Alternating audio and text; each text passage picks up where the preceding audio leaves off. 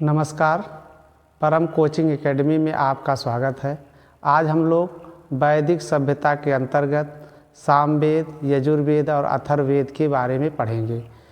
सामवेद के आद्य आचार जैमिनीय हैं। ये ध्यान रखना है कि आद्य आचार, इनको प्रथम दृष्टा कहा जाता है। सामवेद का अन्य नाम क्या है? वैखानस है और सारकर इसके अन्य नाम है। कुल इसके मंत्र कितना है? तो 1869 मंत्र हैं, लेकिन इसमें कुछ मंत्र बार बार पुनरावृत्त किए गए हैं, रिपीट किए गए हैं। अगर उनको छोड़ दिया जाए तो जो है 1549 मंत्र ही होते हैं। लेकिन इसमें जो है ऋग्वेद से 1474 मंत्र लिए गए हैं।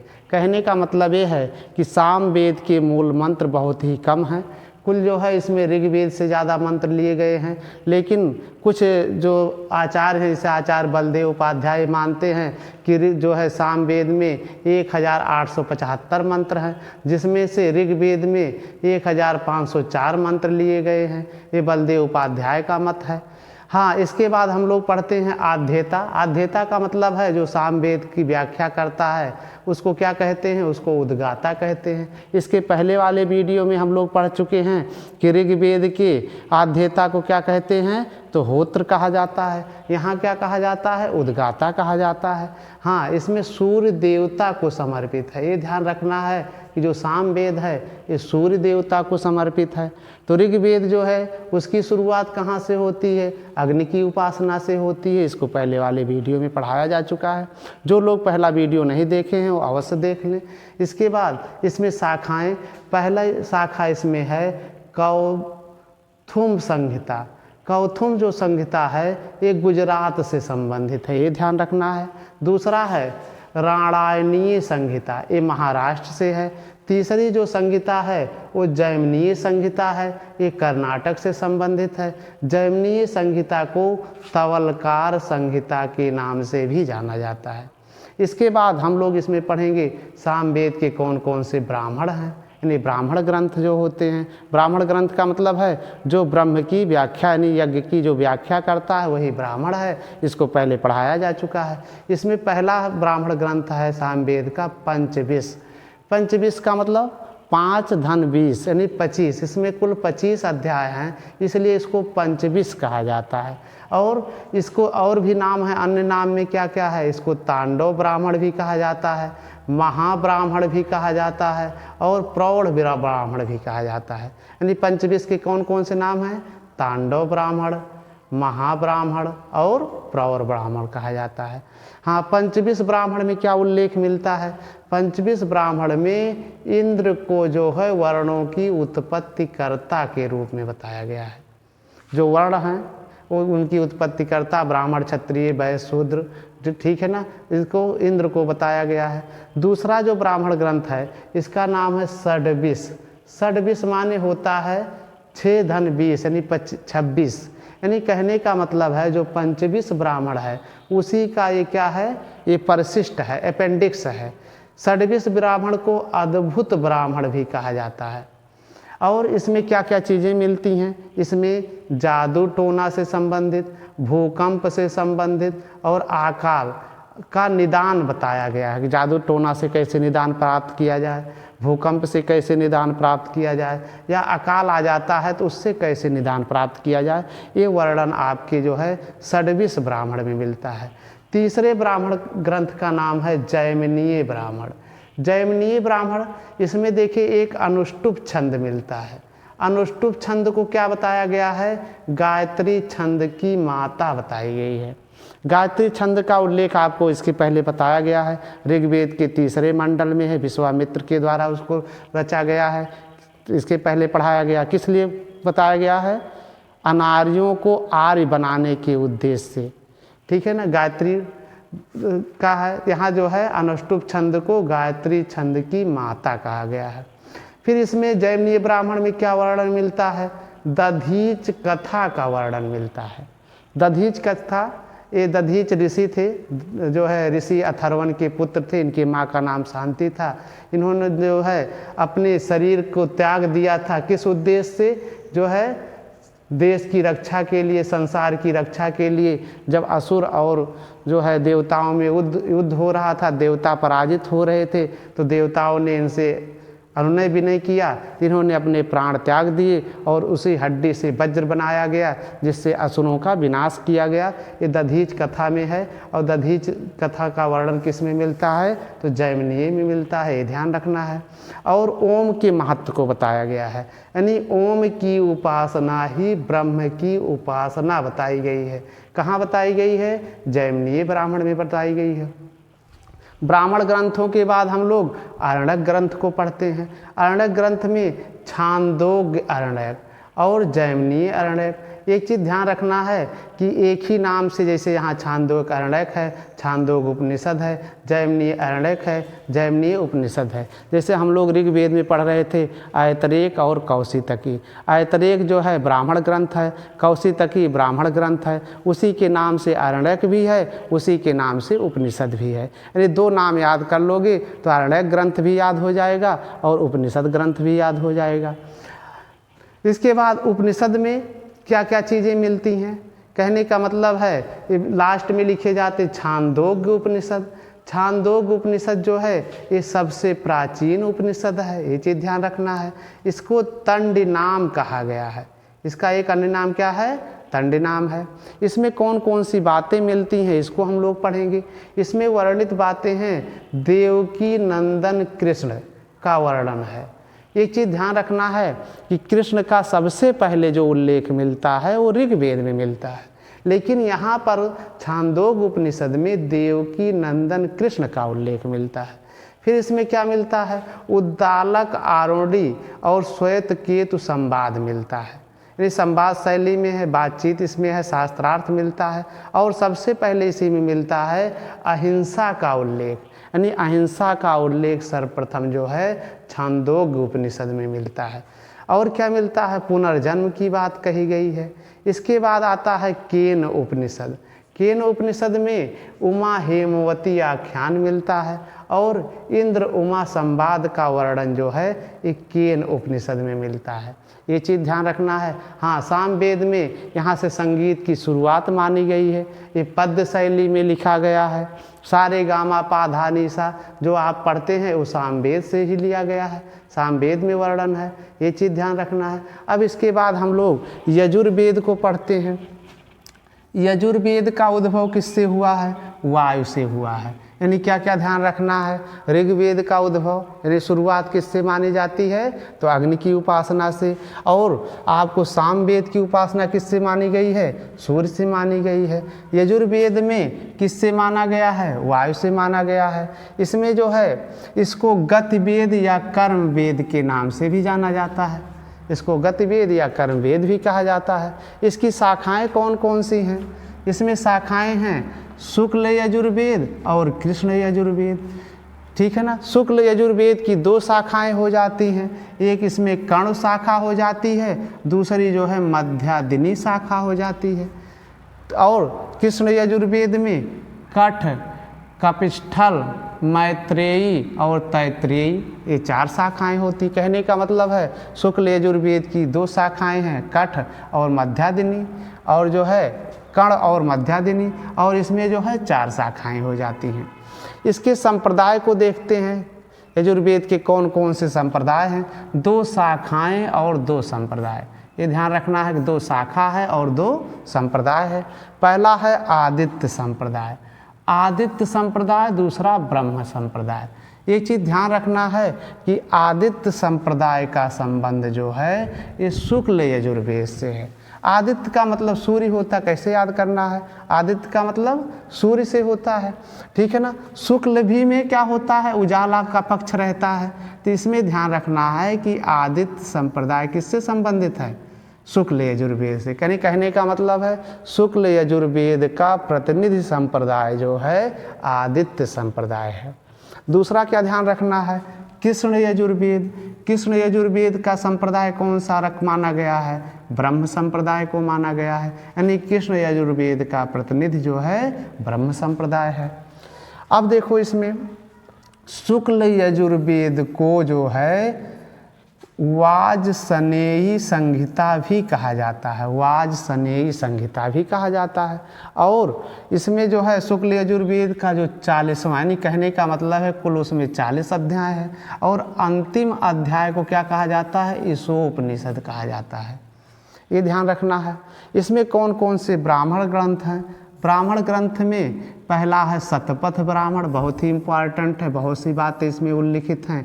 और एक चीज़ ध्यान रखना है कि शतपथ ब्राह्मण जो है ये शुक्ल यजुर्वेद से संबंधित है। यानी कहने का मतलब है, आपसे प्रश्न पूछा जाएगा शतपथ ब्राह्मण तो यजुर्वेद का ब्राह्मण है ही, इसके अतिरिक्त भी पूछा जा सकता है और डीपली प्रश्न पूछा जा सकता है कि शतपथ ब्राह्मण जो है किस का है? शुक्ल यजुर्वेद का है, कृष्ण यजुर्वेद का है? तो ये है शुक्ल यजुर्वेद का। हाँ देखिए, इसमें शतपथ, शत माने 100 होता है, इसमें जो है कुल 100 अध्याय हैं। ये ध्यान रखना है, 100 अध्याय हैं और 14 कांड हैं। इसके लेखक कौन हैं? इसके लेखक हैं याज्ञवल्क्य। याज्ञवल्क्य का स्मृत आगे चलकर हम लोग पढ़ेंगे। और इसके भाष्यकार हैं हरिस्वामी। इसके पहले वाली वीडियो में जब हम लोग ऋग्वेद पढ़ रहे थे, ऋग्वेद के भाष्यकार का नाम क्या है? स्कंद स्वामी। स्कंद स्वामी के ये शिष्य हैं हरिस्वामी, इसको वहाँ बताया भी गया था। और एक चीज़ ध्यान रखना है कि शतपथ ब्राह्मण, शतपथ ब्राह्मण जो है ये सबसे प्राचीन और सबसे बड़ा ब्राह्मण है। क्या ध्यान रखना है कि सबसे प्राचीन है और सबसे बड़ा ब्राह्मण है। इसमें क्या क्या बातें मिलती हैं, कौन कौन सी बातें वर्णित हैं? तो मुख्य मुख्य बातों को लिखा गया है। इसमें है याज्ञवल्क्य मैत्रेयी संवाद है। क्या ध्यान रखना है? याज्ञवल्क्य और मैत्रेयी संवाद में शास्त्रार्थ है। विदेह माधव कथा का वर्णन है इसमें। फिर इसके बाद पुरुष मेघ यज्ञ। इसके पहले कुछ यज्ञों की चर्चा हो चुकी थी, जैसे आपको ऐतरेय ब्राह्मण में बताया गया है। कुछ यज्ञों की चर्चा है, उसमें राजसूय यज्ञ बताया गया है। इस यहाँ पर कौन सा यज्ञ मिलता है? पुरुष मेघ यज्ञ मिलता है। उपनयन संस्कार, 16 संस्कारों में एक संस्कार है उपनयन संस्कार, जिसमें शिक्षा से प्रारंभ किया जाता है। ठीक है, 11 नंबर का संस्कार, 16 संस्कारों में 11वें नंबर का संस्कार है उपनयन संस्कार। इसका वर्णन जो है शतपथ ब्राह्मण में मिलता है। और जो है पुरुरवा उर्वशी आख्यान, पुरुरवा एक ऋषि हैं, उर्वशी आख्यान, इनका कहने का मतलब है कि संवाद इसमें मिलता है। इसके बाद हम लोग तैत्तिरीय ब्राह्मण को पढ़ते हैं। तैत्तिरीय ब्राह्मण में क्या क्या चीज़ें हैं? तैत्तिरीय ब्राह्मण में ये जो है ध्यान रखना है, कृष्ण यजुर्वेद से संबंधित है। तैत्तिरीय ब्राह्मण किससे संबंधित है? कृष्ण यजुर्वेद से। ये चीज़ ध्यान रखना है। इसमें क्या क्या बातें वर्णित हैं? इसमें लिखा गया है कि पत्नी से विहीन पुरुष यज्ञ करने का अधिकारी नहीं होता है। कहने का मतलब है यज्ञ में पत्नी साथ में होनी चाहिए, यानी पत्नी के साथ यज्ञ होना चाहिए। ये आपके तैत्तिरीय ब्राह्मण में मिलता है। और क्या मिलता है? अगस्त प्रहलाद कथा। प्रहलाद कथा के बारे में आप लोग जानते हैं, प्रहलाद, ठीक है ना। सीता और ऋषि, सीता और सावित्री का प्रेम आख्यान, प्रेम वर्णन इसमें मिलता है। किसका किसका वर्णन मिलता है? सीता और सावित्री का। और इसी में मिलता है जो है तैत्तिरीय ब्राह्मण में स्त्री को यज्ञोपवीत, यानी जो है जनेऊ, यज्ञोपवीत का मतलब जनेऊ धारण करने का अधिकार इसमें दिया गया था, यानी अधिकार मिलता है कि स्त्रियां भी जनेऊ धारण कर सकती हैं। इसके बाद हम लोग जो है आरण्यक ग्रंथ को पढ़ेंगे और उपनिषदों को पढ़ेंगे। एक चीज़ ध्यान रखना है कि शतपथ वही आरण्यक ग्रंथ है और तैत्तिरीय के नाम से भी आरण्यक ग्रंथ है। उपनिषद में तैत्तिरीय उपनिषद है, बृहद्रारण्य उपनिषद है, ईशोपनिषद उपनिषद है, कठोपनिषद उपनिषद है, श्वेताश्वर उपनिषद है और मांडूक्योपनिषद है। और एक चीज़ ध्यान रखना है कि उपनिषद जब पहले वाले वीडियो में हम लोग पढ़ रहे थे तो सबसे बड़ा उपनिषद कौन सा है? तो बृहद्रारण्य उपनिषद है। सबसे छोटा उपनिषद कौन है? तो मांडूक्योपनिषद है। मांडूक्य उपनिषद आप उसको बोल सकते हैं। तो ये जो है सबसे छोटा है और सबसे बड़ा है। और आगे चलकर इसमें विशेष रूप से हम लोग पढ़ेंगे कि कठोपनिषद में क्या बातें मिलती हैं, यमनचिकेता संवाद मिलता है, श्वेताश्वर उपनिषद में क्या मिलता है, इसको आगे हम लोग डिटेल में पढ़ेंगे। यजुर्वेद के उपनिषद, बृहदारण्यक उपनिषद, ये सबसे बड़ा उपनिषद है। इसका एक नाम है वाजसनेयी ब्राह्मणोपनिषद, यानी वाजसनेयी ब्राह्मण उपनिषद के नाम से इसको भी जाना जाता है। ये सबसे बड़ा उपनिषद है। इसके प्रवक्ता का नाम है याज्ञवल्क्य। इसमें कौन कौन सी बातें वर्णित हैं? इसमें जो है याज्ञवल्क्य और गार्गी संवाद मिलता है, जनक सभा का वर्णन इसमें मिलता है। और सबसे इम्पॉर्टेंट है इसमें जो वर्णित बात है, इसमें अस्तो माँ सदगमय तमसो माँ ज्योतिर्गमय, ये जो है वर्णन इसमें मिलता है। कहने का मतलब है असत्य से हमको सत्य के रास्ते पर ले जाओ, ठीक है ना, अंधेरे से हमको प्रकाश की तरफ ले आओ। ये वर्णन जो है आपका कहाँ पर मिलता है? तो बृहदारण्यक उपनिषद में मिलता है। और इसमें क्या ध्यान रखना है कि बौद्ध विज्ञानवाद और शून्यवाद का प्रारंभिक अभिव्यक्ति, शून्यवाद के प्रवर्तक नागार्जुन के बारे में आगे हम लोग पढ़ेंगे, लेकिन इसमें ध्यान रखना है शून्यवाद का प्रारंभिक अभिव्यक्ति कहाँ से मिलती है? तो जो है बृहदारण्यक उपनिषद में मिलती है। ये चीज़ ध्यान रखना है। फिर इसके बाद अगले उपनिषद को पढ़ते हैं। अगला उपनिषद है तैत्तिरीय उपनिषद। तैत्तिरीय उपनिषद के 3 भाग हैं। पहले भाग को कहा जाता है शिक्षावल्ली उपनिषद है पहला भाग, दूसरा भाग है ब्रह्मानंद वल्ली है, और तीसरा भाग जो है ये आपका है भृगुवल्ली। ये ध्यान रखना है, तीसरे भाग का क्या नाम है? भृगुवल्ली है। अब इसमें तैत्तिरीय उपनिषद में कौन कौन सी बातें लिखी गई हैं, क्या बातें वर्णित हैं? सदा सत्य बोलो, इस पर विशेष जोर दिया गया। किस पर? सदा सत्य बोलो। अतिथि देवो भव, यानी अतिथि किसके समान है? देवता के समान है। मातृ देवो भव, माता जो है ये देवता के समान बताया गया है। और बुद्ध के अष्टांगिक मार्ग, इसको बौद्ध धर्म में आगे चलकर पढ़ेंगे। बौद्ध ने, गौतम बुद्ध ने अष्टांगिक मार्ग बताया हुआ था, 8 मार्ग पर चलने के लिए बताया है, तो उसका वर्णन आगे हम लोग करेंगे। और इसमें क्या बताया गया है? विज्ञान ही सब देवता है, विज्ञान ही क्या है? सब देवता है, और वही ब्रह्म है। कहने का मतलब है ब्रह्म को विज्ञान माना गया है, ठीक है। देखो पढ़ने से क्या स्पष्ट हो रहा है? विज्ञान ही सब देवता है और वही क्या है? ब्रह्म है। ये चीज़ ध्यान रखना। ये बात किस में मिलती है? तो तैत्तिरीय उपनिषद में वर्णित है। और आगे पढ़ते हैं हम लोग कठोपनिषद। कठोपनिषद में यम नचिकेता संवाद है, इसमें शास्त्रार्थ है यम नचिकेता का। इसके बाद अगला उपनिषद है श्वेताश्वर उपनिषद। श्वेताश्वर उपनिषद में क्या बातें हैं? इसमें परमात्मा को रुद्र और दुनिया क्या कहा गया है? माया कहा गया है। यानी जो ईश्वर है यानी रुद्र यानी शिव को बताया गया है, और दुनिया क्या है? माया है। कहने का मतलब है व्यक्ति मोह माया में हमेशा फंसा रहता है, बंधा रहता है, उसको माया में रखा गया है, दुनिया को माया बताया गया है। और क्या बताया गया श्वेताश्वर उपनिषद में? इसमें बताया गया योग और योगिक क्रियाओं पर बल दिया गया है। योग शास्त्र के जनक, या जो है आगे चलकर योग पढ़ोगे आप लोग, पतंजलि का नाम उसमें पढ़ोगे, बाबा रामदेव के द्वारा इसमें बहुत प्रसिद्धि मिली। तो इसकी ध्यान रखना है कि योग और योगिक क्रियाओं पर इसमें क्या दिया गया है? बल दिया गया है। और इसमें त्रयवाद, 3 बात की चर्चा की गई है।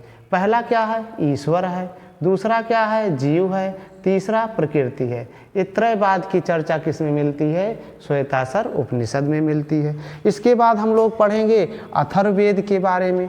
अथर्ववेद के प्रथम दृष्टा या ऋषि कौन है? तो अथर्वा ऋषि हैं। ये ध्यान रखना है, इसीलिए इस वेद का नाम क्या पड़ा? अथर्ववेद पड़ा। ये चीज़ ध्यान रखना है। अंगिरा ऋषि भी इसमें जुड़ जाते हैं। अथर्वा अंगिरा ऋषि के नाम से अथर्वा अंगिरा वेद भी इसको कहा जाता है। इसमें कुल 20 अध्याय हैं। कहीं 20 अध्याय मिलता, कहीं कांड लिखा रहता है, तो 20 अध्याय हैं। शाखाएं कितनी हैं इसमें? तो इसमें 9 शाखाएं हैं। इसके आद्यता यानी जो ऋग्वेद को पढ़ता है उसको क्या कहा जाता है? ब्रह्म कहा जाता है। इसके पहले हम लोग और अध्याता पढ़ चुके हैं, होत, उद्गात, अर्घु और ब्रह्म। यानी ऋग्वेद, यजुर्वेद, ऋग्वेद, सामवेद, यजुर्वेद और अथर्ववेद, ये क्रमशः जो है उसके अध्येता होते हैं। ये चीज़ ध्यान रखना है। अन्य नाम यानी अथर्ववेद के और क्या क्या नाम हैं? अथर्ववेद का नाम इसको ब्रह्म वेद कहा गया है, श्रेष्ठ वेद कहा गया, ये चीज़ ध्यान रखना है। सतवेद यानी सही वेद, सत्यवेद कहा गया है। महिवेद कहा गया, इसका एक नाम है। और जो है भृंगावरी वेद के नाम से भी इसको जाना जाता है। छत्र वेद कहा गया है। और सबसे नया वेद, अथर्ववेद सबसे बाद में लिखा गया इसलिए इसको सबसे नया वेद कहा जाता है। इसमें स्त्रियों और शूद्रों का वेद भी इसको कहा जाता है। और जादुई मंत्रों का वेद कहा जाता है। जादुई मंत्रों का वेद का मतलब इसमें जादू, टोना, मंत्र ये सब चीज़ें लिखी हुई हैं, इसलिए जादुई मंत्रों का वेद भी इसको कहा जाता है। अब अथर्ववेद की कितनी संहिताएं हैं तो ये ध्यान रखना है कि इसकी 3 संहिताएं हैं। पहली संहिता है आरसी संहिता, दूसरा है आचार्य संहिता, तीसरा है विधि प्रयोग संहिता। ठीक है, 3 संहिताएं कौन कौन सी हैं? आरसी, आचार, विधि प्रयोग। इसमें आरण्यक ग्रंथ कहने का मतलब है कि जो है अथर्ववेद का कोई आरण्यक ग्रंथ नहीं है, यानी जंगल ज्ञान से संबंधित कोई ग्रंथ नहीं लिखा गया है। हाँ, ब्राह्मण ग्रंथ में सिर्फ एक ब्राह्मण ग्रंथ मिलता है, उसका नाम है गोपथ ब्राह्मण। गोपथ ब्राह्मण में क्या क्या बातें वर्णित हैं? देखिए एक चीज़ और है इसमें, गायत्री उपनिषद। गायत्री उपनिषद जो है ये गोपथ ब्राह्मण में ही मिलता है, इसका ध्यान रखना है। इसमें कौन कौन सी बातें वर्णित हैं ये चीज़ ध्यान रखना है, ठीक है ना। तो गायत्री को चारों वेदों की माता कही गई है। गायत्री को क्या कहा गया? चारों वेद। कहने का मतलब ऋग्वेद, यजुर्वेद, सामवेद और अथर्ववेद, इनकी माता किसको बताया गया है? गायत्री को बताया गया है। हाँ, इसमें जो है कितने उपवेद हैं इसको ध्यान रखना है, ये चीज़ ध्यान। वैसे तो जो है हम लोग सुमेलित करने के लिए याद करते हैं, जैसे आपको पढ़ाया क्या गया है, ऋग्वेद पढ़ाया गया है। ऋग्वेद का जो है उपवेद क्या है तो उसको आप आयुर्वेद याद किए रहिएगा। फिर उसके बाद क्या पढ़ाया गया? सामवेद पढ़ाया गया। सामवेद का जो है उपवेद क्या है? धनुर्वेद है, ठीक है ना। फिर यजुर्वेद पढ़ाया गया, गंधर्ववेद है, शिल्पवेद है। इस तरीके से आप लोग ध्यान रखना है कि कौन कौन से वेद हैं, ठीक है ना। क्या ध्यान रखना है? ऋग्वेद का आयुर्वेद, ठीक है ना, यजुर्वेद का धनुर्वेद, ठीक है, सामवेद का गांधर्ववेद और जो है अथर्ववेद का शिल्पवेद। ये चीज़ आपको ध्यान रखना है। अब इसके बाद उपवेद में, इसमें गोपथ ब्राह्मण में जो है 5 उपवेद बताए गए हैं। किसके? अथर्ववेद के बताए गए हैं। कौन कौन से? पहला बताया गया है इतिहास वेद, दूसरा क्या बताया गया है? पुराण वेद, तीसरा जो है स्थापत्य वेद, चौथा जो है सर्ववेद और 5वां क्या है? जो है पैशाच वेद, ठीक है ना, या असुर वेद। इसको पिशाच या पैशाच को असुर वेद भी कहा जाता है, ये चीज़ ध्यान रखना है। उपनिषद में मुख्य उपनिषद की चर्चा कर रहे हैं। मुख्य उपनिषद में इसमें है मुंडकोपनिषद। मुंडकोपनिषद में क्या मिलता है? सत्यमेव जयते मिलता है। बहुत ही इंपॉर्टेंट है, परीक्षाओं में पूछे जाते हैं कि सत्यमेव जयते कहाँ से लिया गया है तो मुंडकोपनिषद से लिया गया है। और क्या चीज़ें हैं इसमें? जो है यज्ञ एक टूटी हुई नौका बताई गई है, यानी तुलना किससे की गई? एक को एक टूटी हुई नौका से की गई है। अथर्ववेद में तमाम बातें वर्णित मिलती हैं। क्या क्या बातें मिलती हैं? इसमें अंग का वर्णन मिलता है, अंग एक देश है। मगध का वर्णन मिलता है, ठीक है ना। अयोध्या का पहली बार इसमें वर्णन मिलता है, ये चीज़ ध्यान रखना है, अयोध्या का वर्णन है। और एक चीज़ और पढ़ाया गया था कि ब्राह्मण ग्रंथ कहाँ से कहाँ शुरू होता है, तो उसमें बताया गया राजा परीक्षित के बाद और बिंबिसार के पहले। हर्य वंश का संस्थापक कौन है? बिंबिसार। बिंबिसार के पहले का वर्णन जो है ये ब्राह्मण ग्रंथों में मिलता है।